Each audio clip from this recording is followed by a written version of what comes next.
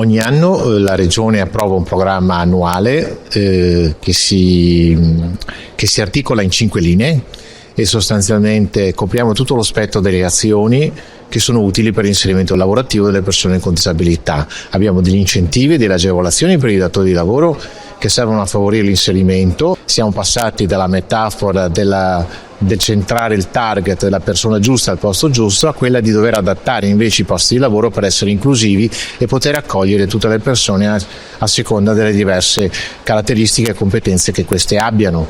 Questa è un'azione piccola ma che ha un significato importante per noi e su cui contiamo di investire sempre di più.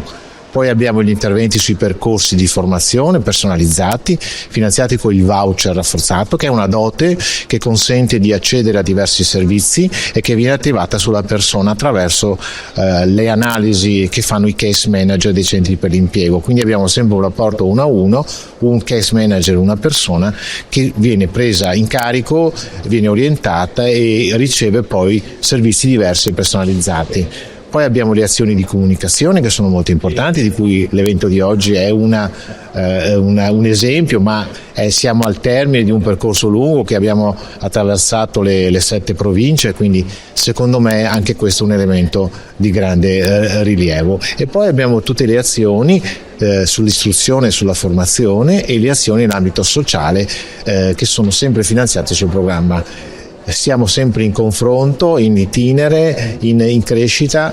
Si è stato detto da più persone, dai relatori oggi, e io ho ripreso questo concetto, che il pilastro del lavoro si inserisce in un ambito di un pilastro più ampio che è quello del progetto di vita, dove i desideri e le aspirazioni delle persone con disabilità possono trovare la loro realizzazione